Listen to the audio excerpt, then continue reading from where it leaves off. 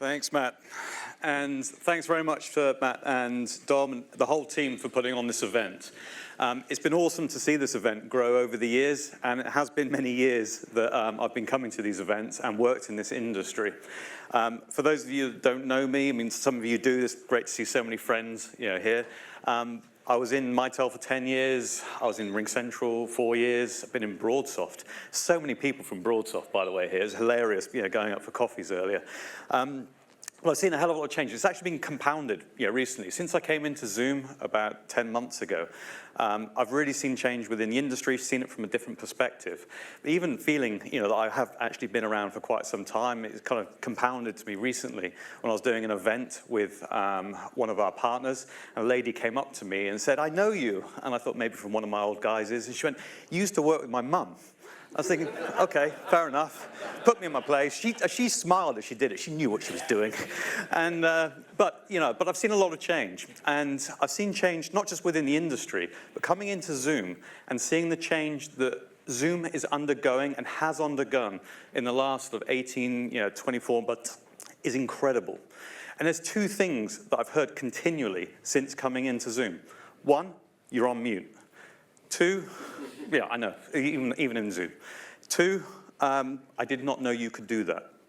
And for a company that's got 7.7 billion or whatever it is in cash in our bank, we haven't done the greatest job marketing what we can actually do and the difference that we have to our partners, to our own customers. And we've really got to accelerate this. And part of the reason I'm here is to really try and help you understand the breadth of what Zoom can offer and how we differentiate. What I'm not going to do is stand up here and talk just tons and tons and tons about AI and just the product side of it as well.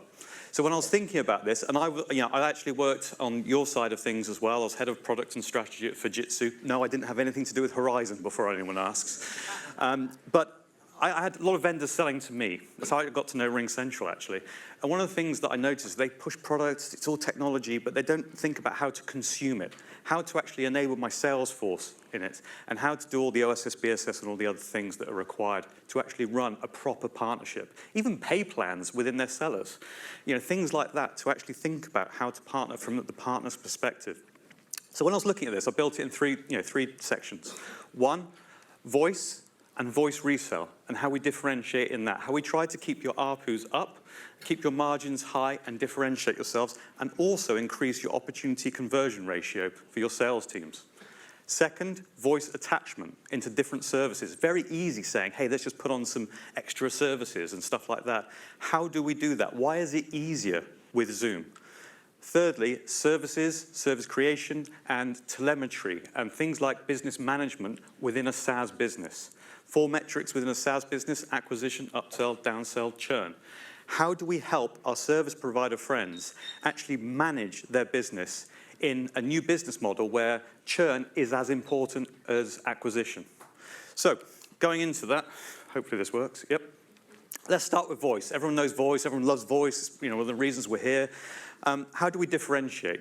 Well, and I do have to say it, one of the ways, and probably table stakes, just to reset, I'm not sure if everyone knows what we do within voice, so we don't shout. We've got about 8 million seats in voice now, globally. 7.8, if you believe Cavell. And we've created, we've only had voice like 4 years. But to get to 8 million, our next nearest pure play competitor is 5.5 million after about 10 years. So that acceleration has been massive. Gartner top right magic quadrant. Sorry, I shouldn't say Gartner here and Cavell or whatever. But that acceleration, that execution is something that we have proven. So table stakes, 5 nines. You can see all our uptime, data privacy policies, all of that. We share everything online. How do we differentiate? So firstly, we have brought AI into voice services. And you think, okay, that's cool. Was that sort of transcription? Are you doing, we can bring AI into voicemail, all of that sort of thing. But what does that mean? So the way that we build this with our service provider friends is we look at use cases for that AI. And there's very specific use cases. A lot of service providers excel at SMB. Obviously, there's lots of different markets as well, and we can talk about the use cases within enterprise and stuff like that. But think about Bill and Bob's Builders. They're an SMB player, there might be a few of them. They want to be doing what SMBs have built their businesses around, which is whatever they're good at, building or whatever it may be. They don't want to be doing 2 things. that are vital to their business. One is quoting. Two is invoicing. And quoting is massively important, and AI within voice can help that, and I'll come to that use case in a bit. Being first to quote on a job or whatever it is you're doing as your business often results in getting that business. And obviously invoicing is massively important for time to cash in your business. They're cash-take businesses. They don't have massive bank, rolling them and things like that. So getting that use case within AI, within voice, is massively important to us. Secondly, you can run our services within our application. You can embed our services in Microsoft. You do not need the Microsoft phone system license of $8, I think it's now $10, something like that, or the E5 license. So if your customers want to have voice, but they want to use the Microsoft application, and we do lots of different sharing within Microsoft, they can do that with us. And it's not just basic PBX within that application as well.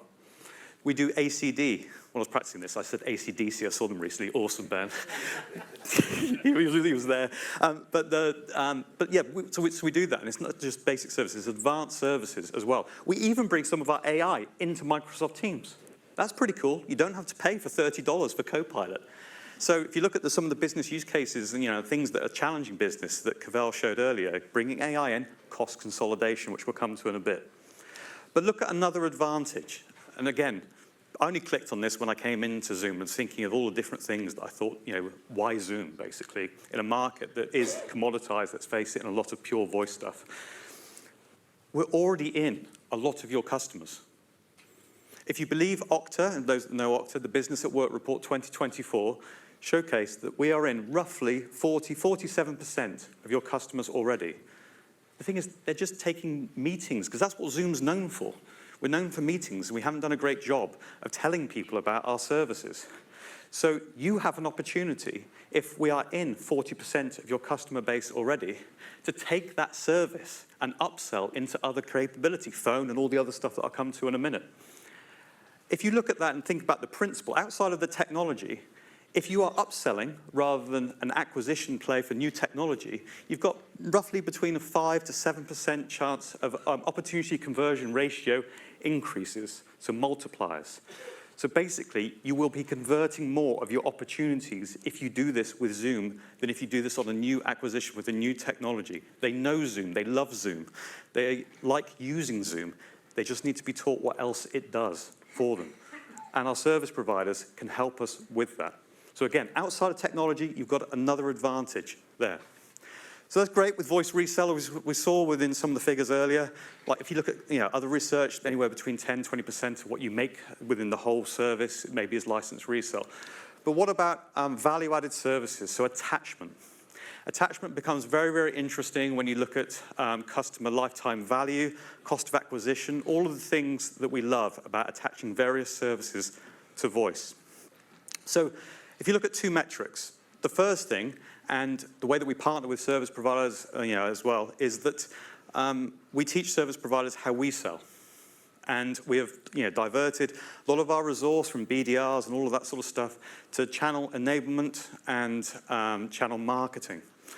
And how we are teaching them to save their customers' cost is very, very critical to the next stage of what I'm going to go through now. So everything that you see, so we talk about Zoom. Zoom's an AI platform, and we'll come to that in a second.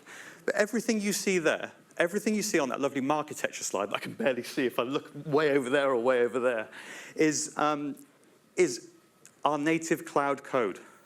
It's one platform, but it's our code. Even where we've made acquisitions before, outside of this WorkVivo element that I'll come to in a bit, we've actually stripped down their code and rebuilt it in our code. What does that mean? Why is that important? Well, firstly, it's really easy to R&D. So you can see the acceleration of what's happened within Zoom. We weren't here a few years ago.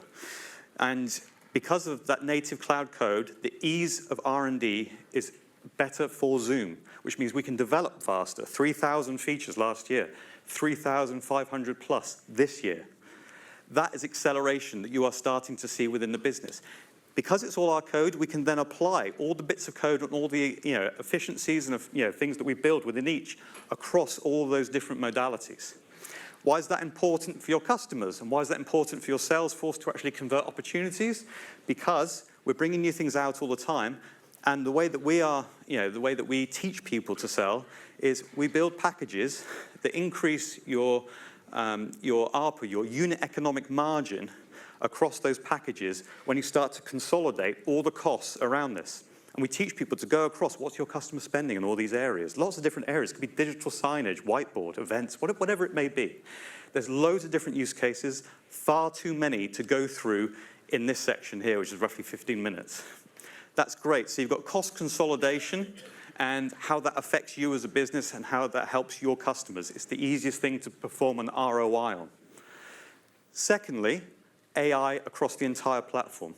So people say, Rich, how would you describe Zoom? Zoom is an AI work platform as a system of action. Okay? It's not just an AI platform for collaboration. It is a system of action.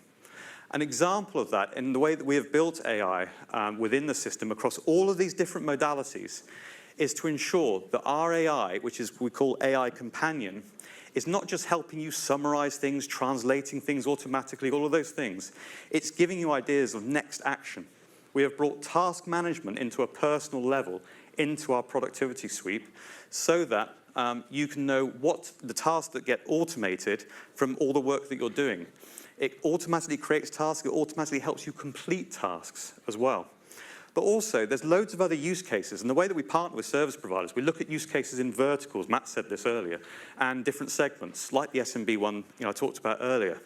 And SMB, that's utilizing, if you're assisting on sort of better workflows for quote creation and invoicing, you're using our AI creation tool, content creation tool, Zoom Docs. It's not a Microsoft Word replacement. It is a place where you can create content, where you can actually utilize AI to perform tasks that you need to for your business and automate a lot of that.